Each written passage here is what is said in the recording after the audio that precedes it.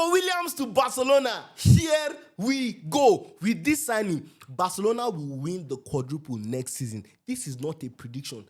This is a spoiler. You will come back to this video at the end of next season and comment, Adika, you were right. Look, I'm so excited about this deal. And there are so many things I want us to talk about, but we'll focus on 5 major things this signing means for Barca and football. First of all, how did Barca attract him? How are they able to afford him? Number 2, how Barca will win the quadruple with him. Number 3, what it means for El Clasico next season. You already know where I'm driving to.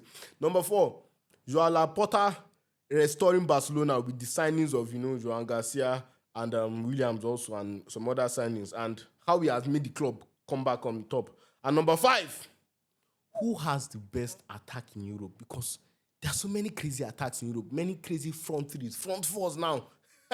So before we get into all this about the video, please make sure you subscribe to the YouTube channel right now, to my YouTube channel. Let's get to 20,000 subscribers. We are so close to that.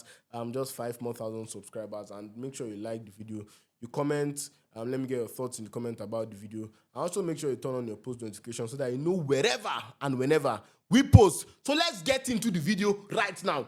First things first. How were Barca able to afford him? How did Barcelona complete this deal? Now, any man with an ounce of wisdom will learn from this Barcelona signing of Nico Williams, because this is deeper than football. Now, I'll make a statement. Babe will like you, no go bill you. I repeat, babe will like you, no go bill you. Nico Williams, Arsenal was interested. Bayern Munich especially even made some bids. We're trying to get the deal done undercover. Offered him more money.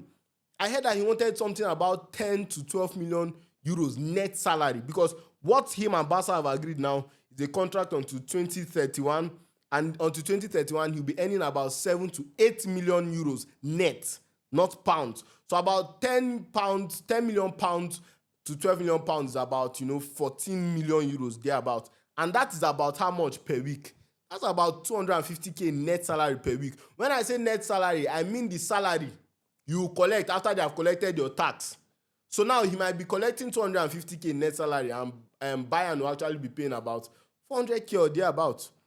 But now Barcelona is going to be paying him about 130 to 140 euros, 140,000 euros per week. That is after tax. And then before tax is going to be about 280, maybe 300,000. I don't want to say 300,000, but about 280,000 euros. That's about the same amount Rafinha is currently on. I think Rafinha might get a bolstered contract, whatever. But yes, so he obviously took, I don't say a pay cut, but he took a lesser deal because of the more attractive project. I repeat, babe will like you, no go bill you. Imagine if after last season, Barca was interested in this boy. Barca went almost all out for this boy. But the boy was saying, I want this money, I want that money, because Barca was in a bad place. Barca was in transition. The Barca projects were not looking that great. Many clubs were looking more attractive. What did Barca do? They stopped chasing him. Barca carried that money where some of you now would have been following, using it to follow that player you have been following for years that have not agreed for you. You use it and follow that player. That player will still not agree. If you know what I'm talking about. You follow that player, you not agree. You don't use your sense and go back home now and strategize. Use the money.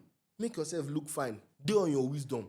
Dress well. Smell nice. Upgrade yourself. Yourself may stand well. So native. Or buy jersey from Adika Steak Store, like this latest Barcelona jersey that you can get from our store. By clicking on the link in my bio now, click on the link in the description. You can get this Cactus jersey or any other jersey there, or any of the new jerseys. Just click on that link in my bio now. Go there and shop. May you do on your wisdom, yourself. May you understand. Or send us a message on WhatsApp with this phone number. Both deliveries worldwide. You look fine. Barca did that. Invested in their squad. Made only one signing, Dani Olmo. Who, let's be honest, he played a good role, but he was not even one of the pivotal signings. It was the players that were already there. They spent the money and went to look for a good manager. Brought in arguably the best manager in the world last season. Only Enrique, you can say, tops this guy. Last season. Won a domestic treble in his first season. Now, Barca looks like the best project in the world, the most attractive. Now, Nico Williams came back kneeling down, begging to be part of this Barca project. He told Bayern, I want only Barcelona. He told any other club that was interested, I want Barca. He told Athletic Bilbao, I want to go to Barca. Why? because the Barca project is the most attractive thing in football now. So as a wise man, what should you learn from this transfer? Upgrade yourself first. Work on yourself. And that brings me to my next point now. Point 2. Barca will win the quadruple with him. Yes, I know I said this. Obviously, Barcelona might not actually win the quadruple, but I just want to get you guys excited because I'm excited about this. So this is the only way I can make you excited. How can Barca win the quadruple with him? How can Barcelona win the quadruple with a winger that in 29 La Liga games last season, he had only 5 goals and 5 assists? Barca is so wicked. Rafinha had that amazing season. He scored how many goals? Scored this, scored that. And now Barca wants to take over his position and throw away Rafinha. I feel bad for Rafinha. If you make any of these statements, it just shows you don't watch Barcelona. Rafinha, if you do formation board, he might be on the left wing. Like if you are doing formation when match wants to start, yes, he might end up on that left wing. But Rafinha does not play left wing. Rafinha does most of his damage centrally. Rafinha is not a winger that takes on his man on that left wing. No. Rafinha does not look to run down the touchline, beat his man, and get across. No, Rafinha does not do that. His creation comes from that attacking midfield row when he floats in, gets in good crosses, and gets in his shots. Now, with the signing of Nico Williams, Rafinha will probably become a number 10. Not really a number 10, but more of an inside forward, maybe like a false 9. You understand what I mean? Nico Williams now will fill that void of that left wing, because I'm telling you, Barcelona were playing almost without a left wing many times last season. A left winger, I mean. Balde was Barcelona's main left winger, and the main reason why Barca lost that Inter Milan tie and even crashed out of the Champions League because Balde was injured. I said it. They were heavily reliant on Yamal. Go and check that tie. Yamal, there was a reason why Yamal was winning man of the match and getting the most praise out of that Inter Milan tie, because they were heavily reliant on him. While Yamal will still deliver when you rely on him, it is still not a good thing. Now with Nico Williams coming in, him and Balde will be tearing up left wings in that La Liga. Balde I told you last season, Balde was one of the best left wingers in the world. I said this thing last season. As a left back, he was one of the best left wingers because this boy can take on, this boy can dribble, this boy can cross. He can pass. He's very, very good at that. He's very, very good in build-up. Like, Balde can just be in defense and decide to start running forward. That is how good Balde is. But now with Nico Williams coming in, the burden has reduced on him. And even when Nico Williams wants to cut in, Balde can be there to distract the defender. He will take away the defender from Nico Williams. He can now cut in and get in a shot. If Nico Williams wants to drive down the line, Balde can still be in distraction. So the dynamic there with even Rafinha coming in will be very, very interesting. So Rafinha's place in this team is still very, very sure. There's no way you can go and say you want to bench a player that got to 60 goals and assists or goal contributions last season because you want to bring in Nico Williams. That's a lie. Another word I've seen is Nico Williams had only 5 goals and 5 assists in La Liga. Has Rafinha ever had more than 30 goals in his career before Hansi Flick came? You people underrate Hansi Bobo and what he does to players. Hansi Flick enhances players. Hansi Flick put a 37 or 36-year-old Lewandowski in the Golden Boot race. If not that he got injured, I think he would have probably won that Golden Boot. You guys don't understand the impact a good system can have on a player. How much it can elevate a player's game. And the fact now that Hansi Flick is coming in, Nico Williams coming to a system of Barcelona that is, for me, the most attacking system. I know PSG is there, but PSG is just a more balanced side. When it comes to offense, Barcelona will outscore you. I saw this team score 7, 5, 4. How many goals severally in a season? They even scored 7 goals, I think, when Rafinha was not there one time. Was it against Valencia? Barcelona has the most big chances created. They have the most big chances missed in La Liga, which is a very, very good sign. They have the most goals scored. I think in Europe, apart from the Champions League, if you remove the Champions League, they definitely had the most goals scored in any league group. So that is to tell you that this team is a chance creation machine. I've seen Nico Williams in Spain. This boy, for me, is a good enough talent. He's proven enough for his age and for the amount they are getting him for. It's not like they're signing him for 100 million. No, they're signing him for 58 million euros. You are getting a winger that's proven himself at club level at a young age and has proven himself for his country. Was a major part in Spain winning the Euros. So you have to understand, with this winger coming in now, it really bolsters Barcelona's chances of winning that quadruple or winning that Champions League, because that is Barcelona's main goal right now. That Champions League, they want it. With this coming in now, Barca has the most balanced front three, because in as much as they were very good last season, their front three was not balanced at times, with Rafinha not being a typical left winger. Rafinha would rather play on the right wing or even invert from there. But obviously, Lamine Yamal is the best right winger in the team and probably the best player in that team. So Balde will be the one that is usually doing the taking on and going down to the cross line, crossing the ball and stuff like that. But now with Nico Williams there, he takes off that ball in front of Rafinha and enhances the team. And the Flick will also teach him how to come back defensively. So now Barcelona have the best front three, the most balanced front three. If you look at it critically, when you look at their rivals, Real Madrid, Mbappe is typically a left winger, although he has been playing as a centre forward. When I fell in love with Mbappe, you guys know Mbappe is probably one of my favorite players in the world. But he was a left winger. Yeah. That's why he has done his best job. Vinicius is a left winger. Rodrigo, if you ask him his best position, is a left winger. But then in Barcelona, you know their exact positions. Nico Williams, left winger. Lewandowski, centre forward. Yamal, right winger. The only place that there might be little contention now is Rafinha. And Rafinha will play that number 10 role very, very, very well, I promise you guys. Not number 10 typically, but more of like a supporting striker. I believe you do that because Rafinha can do well in the midfield because he's also very, very hardworking. I think I've covered everything I need to do and tell you guys why Barcelona will win the quadruple, because they are definitely winning La Liga again. Yes, I don't see anybody beating them in La Liga, honestly. That's how good I think. And the fact that Real Madrid is playing the Club World Cup while Barcelona is resting, they can basically run away with the league before December even. You understand me now? So now the Champions League is the main thing. And when I look at the other forwards, and when I look at the main thing that stopped Barca from winning the league, Champions League, aside from their high line and some defensive blemishes, the main thing I see is that left wing. And Nico Williams has come in now and has filled in that role. Now on to the next point. El Clasico next season. Trent Alexander-Arnold, I will call your name now. Number 12.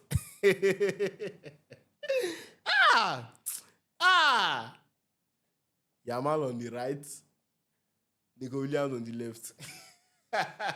See, you can say Nico Williams is not good at goal scoring, assisting, or whatever. But when it comes to dribbling players, worrying players, no worry. Trent, you go see him next season. Honestly, because El Clasico, we know last season it was a demolition job. It was embarrassing.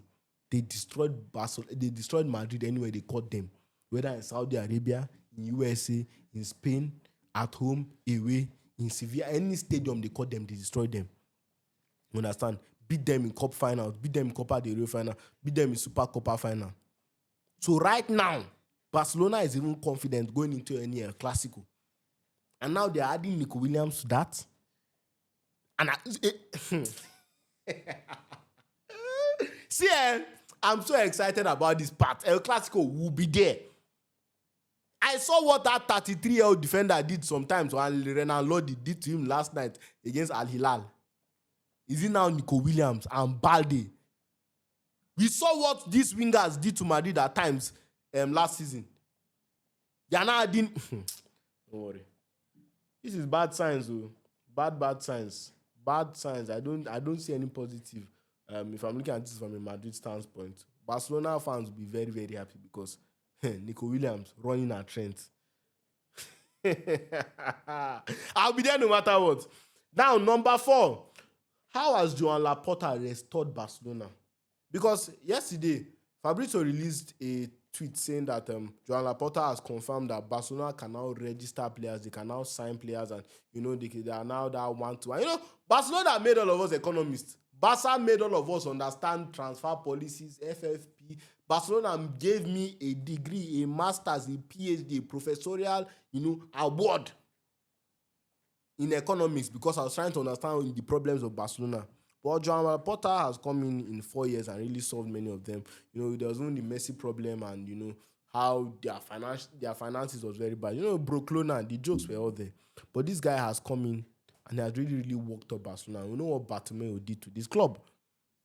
Now Barcelona can make signings. Barcelona can register players. In fact, Barcelona signed Dani Olmo. They now signed the player. To register the player was not a problem. It was not even a problem. So we know the... should I say dire state Barcelona's finances, and their club image was in that way. But now they can now sign Nico Williams and even put him on wages. A player that wages were the main talk of his signing, not even the signing fee. It was wages that was the main thing. And now Joan Laporta has come in and he has signed the two most important positions, if you ask me, for Barcelona, which is their goalkeeping position. Szczesny was very, very good last season. Very, very good. But Szczesny is old. Ter Stegen is not even an option. He's not an option at all. He's washed. Maybe as a backup for Copa del Rey games and stuff like that, lower games, yes. But you cannot be going into a next major season with Ter Stegen. That's a lie. Joan Laporta, if you watch this guy against Barcelona and against Real Madrid last season, he was almost superhuman. Playing in an Espanyol team, he was so, so good. So this Joan Garcia signing is a very, very good one. And then Nico Williams obviously in the offense. I think the only place I'll say Barca needs to rebuff in, probably their centre backs. I think they should get one more centre back. Probably a midfielder too. The only world-class midfielder currently is Pedri, of course. I cannot really think of anyone off the top of my head. Fermin is good. They have, Bernal was very, very good before he had that ACL injury. But I think Barca should try and find a DM.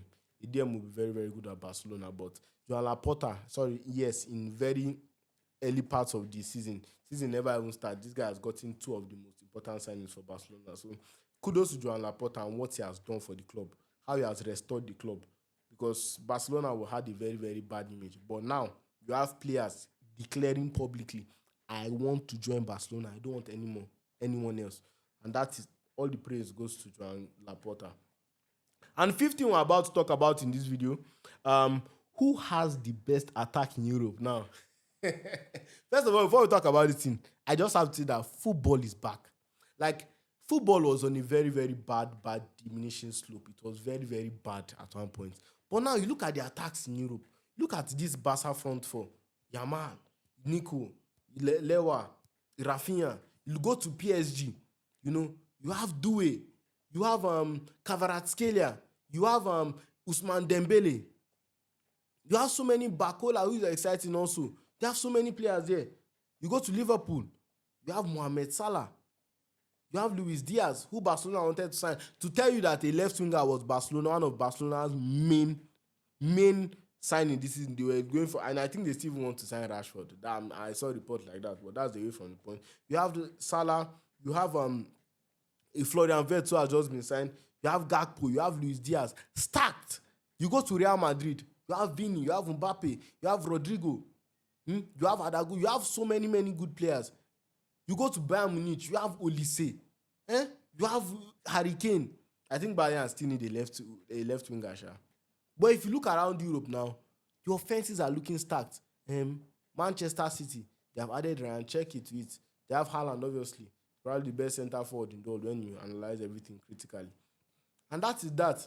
So you look at it now, and the big teams are having the best players. Even Man United, in as much as they might not be good right now, I'm excited to see how their forwards work next season because they have Cunha, they have probably Mbeumo who will be coming in, obviously Bruno Fernandes, and they have Azikiwe and all that. But I think they might probably get a centre forward too. And Arsenal needs to get a centre forward and a left winger if you ask me to. But the main thing is that the big teams in the world are now having the best players. So who now has the best attack? Honestly, if you say who has the best team, I'll probably say it's PSG. I was consistent on that. But I said when it comes to entertainment, when it comes to best attack, when it comes to the team that scares me the most in attack, it was Barcelona always. And now they're adding Nico Williams to that. I think Barcelona is right at the top of that. I genuinely think Barcelona is right at the top of this table. When it comes to excitement, no team trumps Barcelona in that aspect, especially last season. There were games I was watching this club and I was genuinely terrified. I knew that, yes, my team can probably still get to them through their high line and stuff like that because they still had their defensive lapses. That was the main talking point of Barca's, their weakness last season, their high line and stuff like that. But it was when it comes to their offense, there was no question. Comeback upon comeback, even the Inter Milan that beat them, they needed 4 goals to beat them. You understand me now? So if it's about goals, Barcelona will always score you. Even sometimes where Real Madrid will do very well, like that Clasico where Mbappe scored a hat-trick. These guys still went out and outscored them. So Barcelona will most likely outscore you where their defense doesn't even play well. So I genuinely think Barca has the best defense in the world currently. I don't think there's any defense better than Barcelona, honestly. I genuinely don't think. When I look at other defenses, I don't think anyone can chat to this Barca offense currently. Sorry. And when I look at their manager too of the club, Hansi Flick is a manager that loves offensive football. You know, he's still the one that dished out that terrible 8-2 against Barca, the team is now managing. He's a ruthless manager. I think on that in Barca, Bayern probably scored their most goals in the season. I don't know about that, but I think Lewandowski broke that record during the season when Hansi Flick was there. I actually think that's right. So that's to tell you he elevates attackers. That's why I'm not even worried about this Nico Williams and they're saying 5 goals season. Bro, this boy, the best thing is that you sign a player, the player is already good, but you know this player can go up levels. And you know a manager that has come in and improved players. He has improved Yamal. He has improved Lewandowski. He has improved Rafinha, made him Rafinha of all people, he made him a Ballon d'Or contender. He has improved Pedri. He has improved Balde. He improved Koundé. He improved Obi Kubasi. He improved Inigo Martinez. He even improved Szczesny. There is no player that Hansi Flick did not improve. There is no player Hansi Flick did not take to the next level. So I'm not even worried about all this. He might not perform there. No, that's a lie. Nico Williams will do very, very well at Barcelona. I'm very sure of that. And very, very good very, very good deal for Barca. Barca should be proud of themselves. They are getting back to the top. This is what we want to see. You know, this thing that Barca is doing currently was something that was I related to Madrid more before. In the sense that in the Champions League, when I look at that offense, it was always Madrid I was looking at the best offense. Obviously, before MSN came in and stuff like that, but it was always Madrid. That BBC, that Madrid offense was. But now I'm looking at Barca and I think, you know, for the next 2, 3, 4 years, something like that, especially Yamal, obviously Yamal will be the constant figure. I think Yamal will not decline. I think Yamal will only get better and better. But then I look at the Barca attack as a whole currently, depending on the next centre forward they get, because Lewandowski's time is very limited at the club. But because, depending on that and all that, I think Barcelona's offense for the next few years will be that, you know, that constant factor in the UCL, and that's what Barcelona needs. That is what Barcelona wants. And kudos to them. Very good. Let me get your thoughts in the comments. Let me know what you think about this signing. Do you think it's a good signing? Do you think he'll do it at Barcelona? What are your thoughts about what I said? You know, and tell me why you have not subscribed in the comments if you have not subscribed. Tell me why you have not liked this video. Tell me why you have not shared this video. Tell me why you left the video. You people that left the video, tell me why you are not here. If you watch the video up to this point and watching now, comment. Let me tell you thank you in the comment section because you're a real one. But yeah, that is all about that. Nico Williams to Barcelona, here we go. Please make sure you do subscribe and you shop at the Adidas Steak store for all your jerseys. Catch you later.